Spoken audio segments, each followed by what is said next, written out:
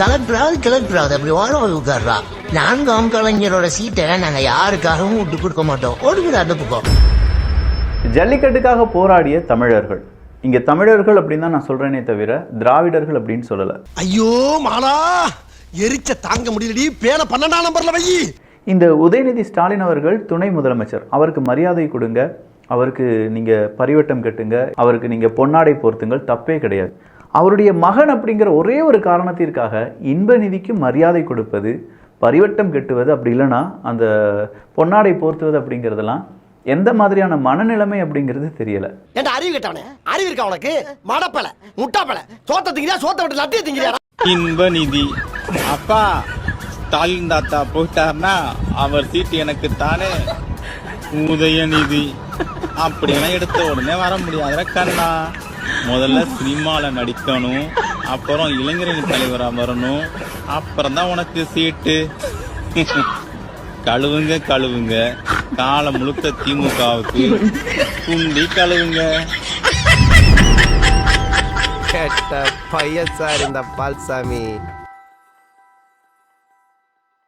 Entry கொடுத்த இன்ப நிதி.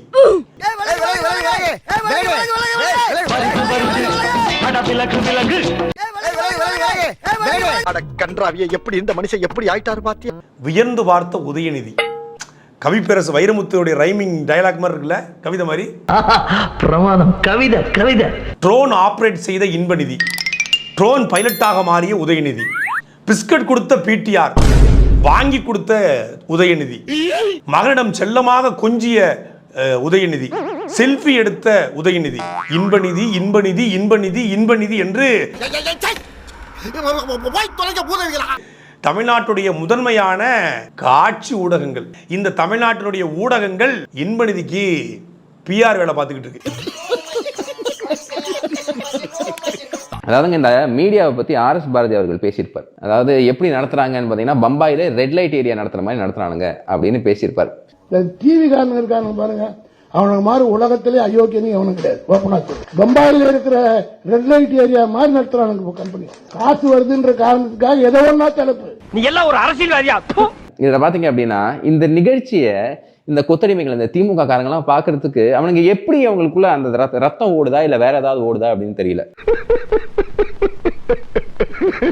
இந்த உடன்பிறப்புகளுக்கு ஊப்பிக்கு 200 ரூபாய்க்கு வேண்டி பிச்சை எடுத்து சுத்தக்கூடிய ஊப்பிகளுக்கு இருந்தா பரவாயில்ல. ஆனா மெயின் ஸ்ட்ரீம் மீடியா நீ என்ன பண்ணும்? உன்னோட வேலை என்ன? இங்க இருக்கக்கூடிய அவல நிலை என்ன? மீடியா நம்ம கையில இருக்கிற வரைக்கும் நாம எது வேணா சொல்லலாம், என்ன வேணா செய்யலாம். ஆஹா அந்த கண்கொள்ளா காட்சியை பாருங்க, அப்பா மகனுக்கு ஜூஸ் கொடுக்குறார். மீடியா கவர் பண்ணுப்பா. மாட்டை அப்புறம் கவர் பண்ணலாம், அதை கவர் பண்ணு. ஆஹா வேணும் பாப்பா ஜூஸ், இல்லப்பா இருக்கட்டும்பா. அந்த டைட்டில்ல ஒரு வீடியோ போடுங்க, அந்த ஷார்ட்ஸை வச்சு போடுங்க. இப்படி என்ன கிளம்ப வேண்டியதானே? அதான் துப்பிட்டில போக வேண்டியதானே? இதனைத் தொடர்ந்து பின்னால் நின்று கொண்டிருந்த நண்பரை தன்னுடைய சேரில் அமரும்படி எழுந்து பின்னால் இருக்கும் நண்பரை அழைக்கிறார் இன்பநிதி. ஆனால் அருகில் இருந்த அமைச்சர் இன்பநிதியை அவர் அமர்ந்திருந்த சேரில் அமர வைத்து மாவட்ட ஆட்சியரை எழுந்திருக்க வைத்து அந்த சேரில் இன்பநிதி நண்பரை அமர வைக்கிறார் அமைச்சர். வெட்கமா இல்லையா? தன்மானம் இல்லையா? சாப்பாட்டில் உப்பு போட்டுதான் சாப்பிடுகிறீர்களா? I don't care. நான் மட்டுமல்ல, நீங்கள் ஒவ்வொருவரும் ஐ டோன்ட் கேர் என்று சொல்லி நகர வேண்டும். அடுத்த மாடு, அடுத்து என்ன? அடுத்த காட்சியை பாருங்க. ட்ரோன் எப்படி விடணும்னு தம்பி வந்து அப்பாவுக்கு சொல்லி கொடுக்குறாரு. அந்த காட்சி எடுங்க. திரும்ப கேமரா மாட்டு பக்கம் திருப்பாதப்பா, அங்க திருப்புப்பா. அதான்ப்பா ஃபங்க்ஷன், அதை திருப்பா. அமைச்சர் மூர்த்தி அவர்கள் இன்பநிதி அவர்களுடைய ட்ரெஸ்ல எல்லாம் தட்டி விடுற தூசி இருக்காப்பா, நான் தட்டி விடுறேன்ப்பா அப்படின்னு சொன்னோன்னே கீழே வடிவேலு ஒரு குழந்தைக்கு கழுவி விடுற மாதிரியான அந்த ஒரு ட்ரோல்லாம் வந்துட்டு இருக்கு. யாரடி நீ மோகினியில இதே மாதிரி தனுஷ் அவர்கள் கழுவி விடக்கூடிய அந்த கிளிப்பெல்லாம் போட்டு இன்னைக்கு நிறைய திமுக அமைச்சர்களை பங்கம் செஞ்சுட்டு இருக்காங்க. அதை வேற ஞாபகப்படுத்திட்டீங்க. நெஞ்சமெல்லாம் பொண்ணு அறக்கு தம்பி, மறக்க முடியல. மூத்த அமைச்சர் மூர்த்தி அப்படிங்கிறவரு, அதோட வயசு என்ன, அதோட அனுபவம் என்ன, உட்கார்ந்துட்டு பேண்ட்ல தூசி தட்டிக்கிட்டு இருக்காரு. இல்லையா?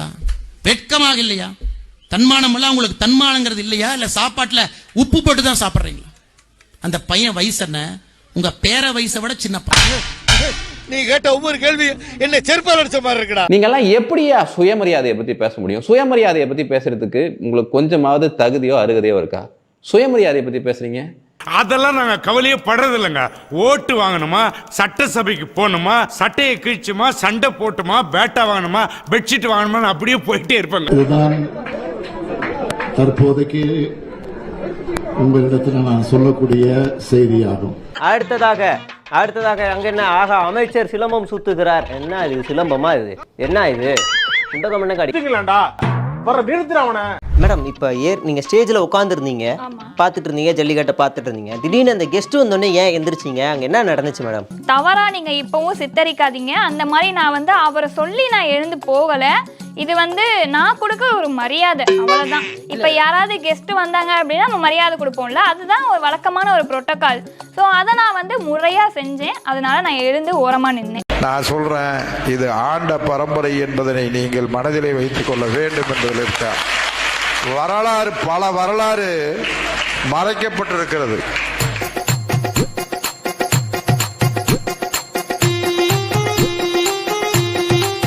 அட வெக்கம் கட்டுவீங்களா? இதுக்கு எதுக்குடா வெள்ளையங்கிலி மாலைன்னு? இதுக்கு ஒரு 4 பேர்த்த மூத்திரத்தை வாங்கி மடக்கு குடிக்க வேண்டியதானே?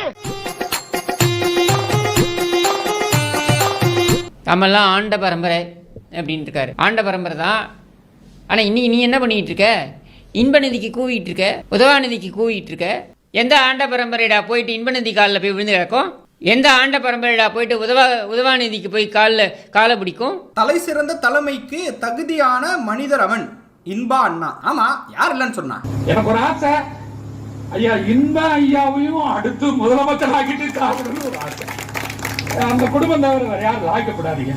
25 வருஷமா இந்த வீட்டு உப்பை மட்டுமே சாப்பிட்டு வாழ்ந்தோம். இப்போ புள்ளி எட்டு பேர எட்டு பொங்கல் எல்லாம் செய்யறாரு. அப்போ நாங்கெல்லாம் தலைமுறை நாங்க திமுக நினைச்சு நாங்க கவலைப்பட்டுக்கின்னு நாங்க லாஸ்ட் வரைக்கும் தொண்டாவே இருக்கணுமா? அப்ப அவங்க குடும்பம் மட்டும் ஆட்சி ஆளும். அப்ப நாங்க பாத்துட்டா என்ன ஆகும்? எங்களுக்கு வெறிதான் அதிகமாகுது. இது திமுகவுக்கு சாபக்கேடு. உன்னையோ என்னையோ எட்டி வச்சாலும், செருப்பால் அடிச்சாலும், தொடப்பத்தால் அடிச்சாலும் இந்த கட்சியை விட்டு போறதுக்கு நம்ம தயார் இல்லை. நாங்கள் என்ன ஏமாளிகளா? நாங்களெல்லாம் இழிச்சவாயங்களா? அப்ப இன்பாவுக்கு ஜால்ரா அடிக்கிறதுக்கு அடுத்த சந்ததியை ரெடி பண்ணணும்ல. அதுக்கு இப்பவே நம்ம தொடச்சு விட்டு அப்புறம் கொஞ்சம் கழுவி விட்டு, சீட்டை சொன்னேன் அதெல்லாம் கழுவி விட்டு கொஞ்சம் நல்லா ஃப்ரெஷ்ஷா தானே வச்சிருக்கணும். 200 ரூபாய் தான். நாங்க இன்னைக்கு இல்ல என்னைக்கும் இல்ல.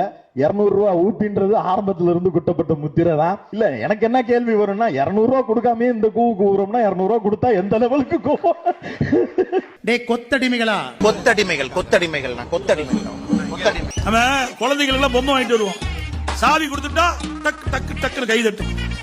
அப்படி கை தட்டுற முதலமைச்சர் போதாத காலத்துக்கு தமிழ்நாட்டுக்கு வந்துட்டார். மக்கள் எல்லாம் கஷ்டப்படுறாங்க. இந்த ஊழலை நான் செய்தது போதாது, என் மகன் செய்ய வேண்டும், மகனுக்கு பிறகு என் பேரன் செய்ய வேண்டும். இதுக்கு திராவிட பேரரசு என்று பெயரை நிலைநாட்டு, நம்முடைய வம்சாவளி, திருவையாறு வம்சாவளி தொடர்ந்து ஆளட்டும் என்று சொல்லி வைத்து விட்டு போயிருக்கிறார். இதெல்லாம் தாங்க நம்ம கட்சிக்கு பலமே. வாரிசு பட்டத்தில் இளவரசர். அப்ப இவனுங்க மனசுல பூரா நினைப்பு நம்ம ராஜாக்கு பிறகு அடுத்த இளவரசர், அந்த இளவரசருக்கு பிறகு குட்டி இளவரசர். நீ ராஜா, நான் மந்திரி, அப்புறம் உன் புள்ள ராஜா, என் புள்ள மந்திரி, அப்படியே பரபரப்பா வந்துருவான். எவனாவது கேள்வி கேட்டாங்கன்னா உள்ள முடிச்சு போட்டுருவோம். நம்ம அதை கடந்து போயிடுறோம். எவ்வளவு ஆணவம் இருந்துச்சுன்னா திமுக கட்சி மேடையில இன்பநிதி உட்கார வைப்பீங்க. அவங்க அம்மா பக்கத்துல உட்காந்து, பாட்டி பக்கத்துல உட்காந்து பேரப்பிள்ளை பார்த்து ரசிக்கிட்டு அப்படியே, ஐயோ என்ன அழகா வந்து ஒன்ட்டதான்ப்பா வரப்போகுது கொத்தடிப்பீங்க பாத்துக்க. ஆனா உங்களை அடிச்சுக்க முடியாது. என்ன அடி சிங்கிறீங்களே. எனக்கு இன்னொரு போட்டியா போயிட்டு இருக்குங்க. இவன் 4 தடவை இன்னைக்கு தான்டா போட்டான். நானும் பொண்ணும்ல.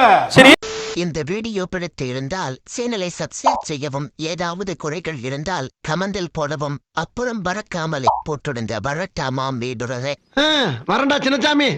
Hey guys, this is your editor. Video பிடிச்சிருக்குன்னு நினைக்கிறேன். ஸோ பிடிச்சிருந்தா ஒரு லைக் பண்ணிடுங்க.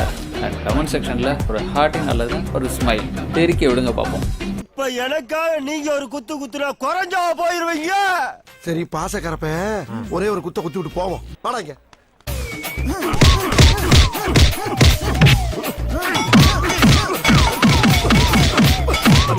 போதுமில்லடா, போடா.